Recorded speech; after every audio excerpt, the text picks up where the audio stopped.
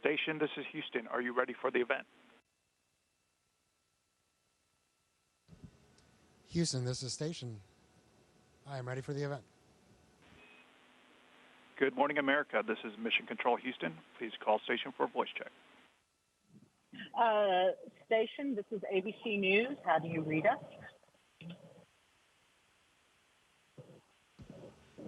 Hi, good morning. I hear you loud and clear. How do you hear me? I hear you loud and clear as well. So let's start with, you know, you're going to break a record, and I know records are made to be broken, but how significant is this record in terms of what we learn about human beings and our endurance for long-term space travel? Well, hey, Gina, good morning, and welcome back. It's great to have you with us on the International Space Station once again. You know, it's an honor to be able to be considered one of the people that's going to have spent a year in space. And so, yeah, for sure, this record will soon be broken again, and that's great because that means we're continuing to press forward. And I think this is really significant in the sense that it teaches us that the human body can endure, it can adapt, and as we prepare to push back to the moon and then from then onward onto hopefully Mars and further on in the solar system, I think it's really important that we learn just how the human body learns to adapt and how we can optimize that process so that we can improve our performance as we explore further and further out from Earth. As a physician, what changes have you noticed in your body? I knew some astronauts that they got taller in space. Did you sleep better? Did you sleep worse? I mean, how have you documented your year in space for yourself physically? Yeah, you know, we actually just measured ourselves the other day for our return trip because you got to make sure you still fit in your spacesuit, your pressure suit, and your seat in the Soyuz. And it looked like I had grown for about 3 centimeters. Unfortunately, that is not a permanent change. You know, essentially your discs in your spine tend to expand a little bit because of that lack of gravitational pressure. And so that change goes back to your normal within about 2 weeks of getting back to Earth. You also see a lot of fluid shifts up here. Again, because of the lack of gravity, a lot of the fluid that normally sits in our legs will tend to come up in your body. And essentially, you know, you get a little bit of more fluid in your face and your upper body. You adjust quite a bit in your first month here, but that tends to be a permanent change while you're here. And again, once you go back to Earth, all the fluid redistributes itself within the body, and you pretty much go back to your normal appearance within a couple weeks. Talk to me about sleeping in space. I know they've made changes in the space station with lighting. What is sleep like on the space station? Better, worse? How much better or worse did you sleep up there? Well, you know, for me, it's been wonderful, to be honest. Again, I've had a 25-year Army career, so I've been really rough on my body between a lot of helicopter landings, a lot of military jumps and skydives. I've done a lot to essentially earn some of the bumps and bruises that I've had in my body. And so the pressure that you feel in bed while you're on Earth is completely gone up here. And so you're completely decompressed, especially your neck and your spine. And so for me, that's been wonderful. You tend to just float in your sleeping bag. Your sleeping bag is really more to keep you in place so that you're not going around bumping everything in the middle of the night. And as far as the lighting, it's perfectly dark in our crew quarters. I turn off my computer and it's dark. There is kind of a permanent sound on station, and that's because of all the life support equipment that we have that has to run permanently. But honestly, that makes for some great white noise. So I've actually slept better in the last 10 months than I have in a long, long time. We talked to Laurel O'Hara, who's coming up next month, September, and she's looking forward to giving you a hug and bringing some treats. What advice are you going to be giving Laurel before she launches? What tips are you giving her?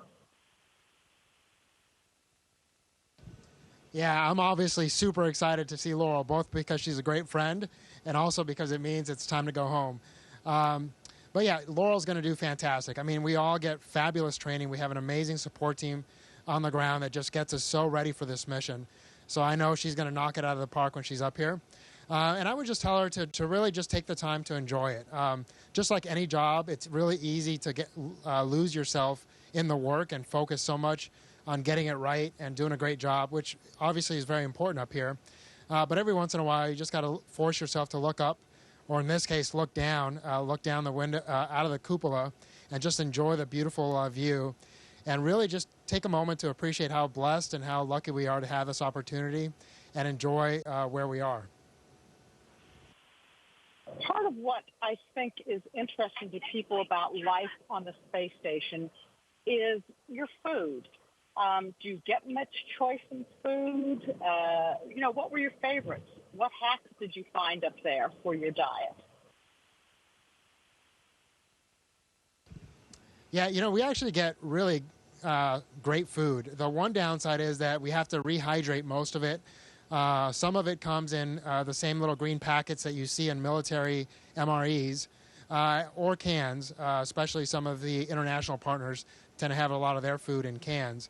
But it all generally tastes delicious.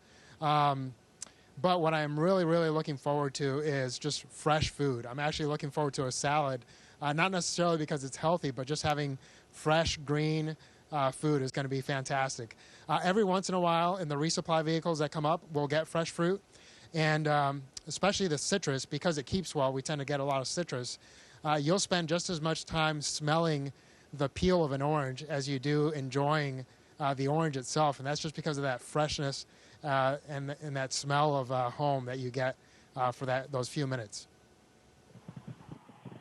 I think some astronauts that I've spoken to, I'm going to jump over to spacewalk because that really is a highlight of anyone's career. Can you take me back on what that first moment was, the first time you stepped outside? Yeah, it's amazing that it's been so long already. And I was blessed to be able to do 3 spacewalks myself and then take part in 8 spacewalks total while we've been up here. And it's almost just as neat to watch your friends go out the door as it is to go out the door yourself. And to a large degree, to be honest, it's a little more nerve-wracking because you're responsible for putting them in the suit, making sure that everything's done properly so that they're safe out there. So in some ways, I felt a lot more pressure when I was putting my buddies in the spacesuit to go outside than I did when I was going outside myself. But I'll tell you, the views are just out of this world, literally. And that's because you have your full peripheral vision. When you're looking out of the cupola, it's an absolutely beautiful view, but you're generally limited to just kind of looking down. Whereas when you're outside, the helmet just allows us to see a little bit wider than 180. And so you're able to have an unobstructed view of the Earth and the universe. And it just makes you really appreciate how tiny we are, where we are, also how fast we're going. I mean, the movement, you just appreciate it so much more when you're outside. So absolutely, I would agree. Those 3 spacewalks for me were the highlight of this year up here. I'm trying to remember, for your first spacewalk when you went out, were you in light or darkness?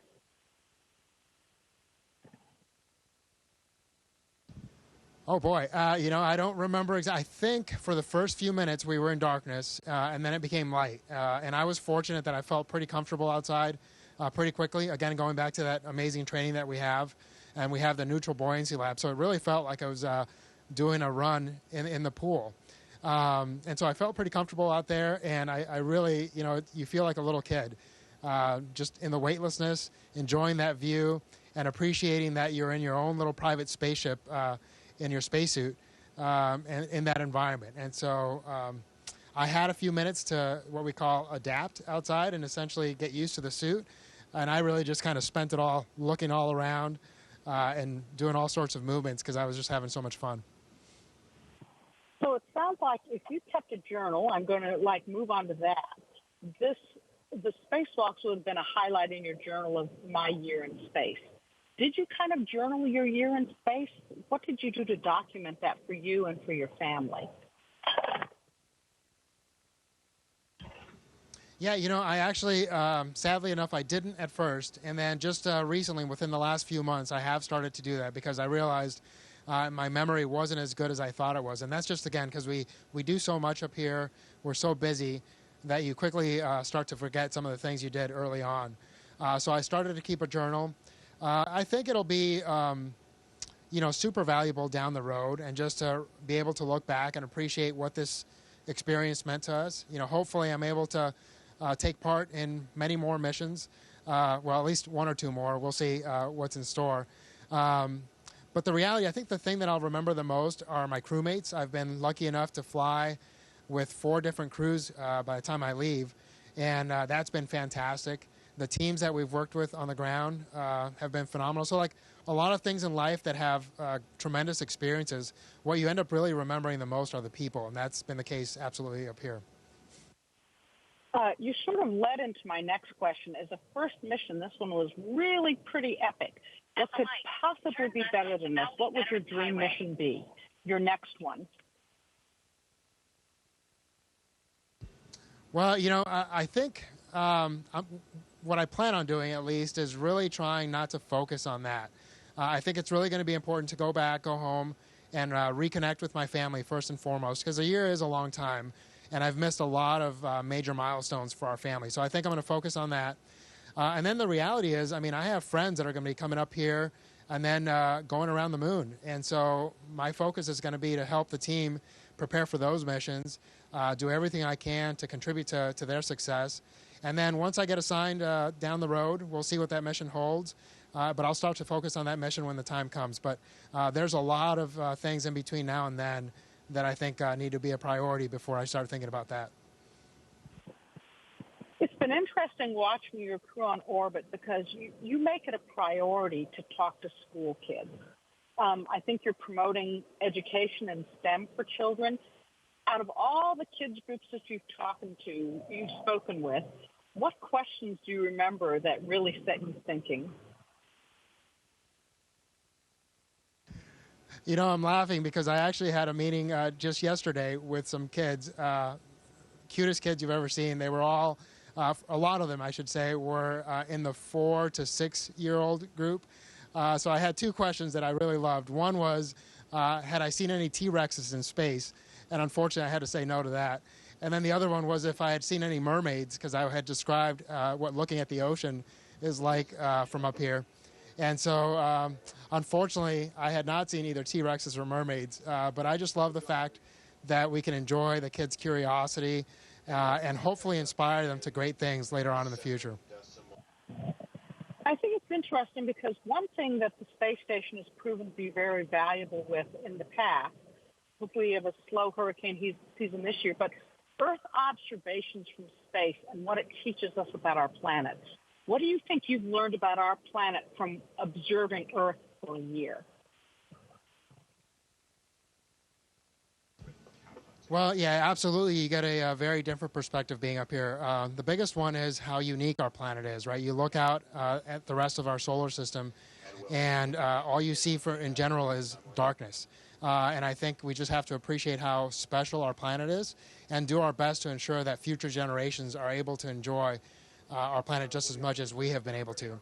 The other thing that you really appreciate is the fact that there are no borders and the fact that we as humanity can do amazing things. We've had humans in space now for 23 continuous years, and I don't think most people really appreciate how difficult this is and what a team effort it really is to have this achievement. And so the fact that you can look down and say, man, if we work together, we can do some amazing things. So all those things, they kind of sound philosophical, but just you learn to appreciate the fact that you're living it every day while you're up here. You're coming home in another month. Tell me what the process is for returning home. You just don't hop in a car and drive home. Is your body monitored, and what is the adjustment like for returning to Earth from space? Yeah, so kind of going back to your previous question, again, there's only been a handful of us that have been up here for this long. And so they try to capture as much science as they can, as quickly as they can, because our bodies are just so good at readapting. So as soon as we land, again, I came up on a Russian spacecraft, so I'll also go back and we'll land in Kazakhstan. And there'll be a NASA team there ready to fly me back to Houston. But right away, they get you in this medical tent and they start doing testing from about 10 minutes after you land. And we gather as much data as we can before we get on the NASA plane, which then flies us back to Houston. And within about 24 hours of landing, you're landing back in Houston and seeing your family for the first time. You know, after about 6 months in space, most people have a little bit of a hard time with their vestibular system and their equilibrium. So after 12 months, that can be a challenge even more so, although some people have done amazingly well. So I'm not sure how it'll be for me. I'm preparing for the fact that it might be a challenge and that it might take a couple days before I'm somewhat normal. But the reality is it's going to take anywhere from 2 to 6 months of really intense rehab to get back to my normal. You know, and that's just part of the process. What you've talked about missing salads, but coming home, what are you looking forward to most? Your family, I'm sure, a shower, a walk on the beach. TikTok for me what you're looking forward to. Yeah, well, I think you just named them all. Absolutely, time with my family. Again, you know, we've been able to stay in touch really well. We get phone calls, we get video conferences every once in a while. But there's nothing like being there in person. And so just being able to reconnect with my kids and my wife, that's going to be fantastic. Being outside, again, we get fantastic views up here, but we're limited to the space of about a 5-bedroom home. And so it's a very small space, you know, to be in for a full year. And the other thing for me especially is that I've only been exposed to about 6 other humans at a time for the past year. And so it's going to be a little bit of a readaptation to be around crowds and big groups of people. So I'm looking forward to slowly but surely getting to see all my friends and reconnecting with them too. And in closing, are there any favorite gymnastic tricks you've learned as you've mastered zero G up there? Anything you care to show us? Well, you know, I think one of the hardest things for people to really understand is the fact that you just don't have a sensation of up and down, right? So if I jump up on the sidewall here, my body quickly adjusts to the fact that now this is my up and down. And so you might see me essentially standing on the wall, but it's amazing how quickly your brain adapts to just reference this now being up and down for me. And so something as simple as this for me is just super cool to appreciate, again, how adaptable our bodies and our brains are. So yeah, of course, you know, every once in a while we'll zoom around the space station as fast as we can, especially as you get more comfortable. But there's so much sensitive equipment up here. You really try to take it easy to make sure that everything stays where it's supposed to be. Frank Rubio, thank you so much for your time today. Godspeed.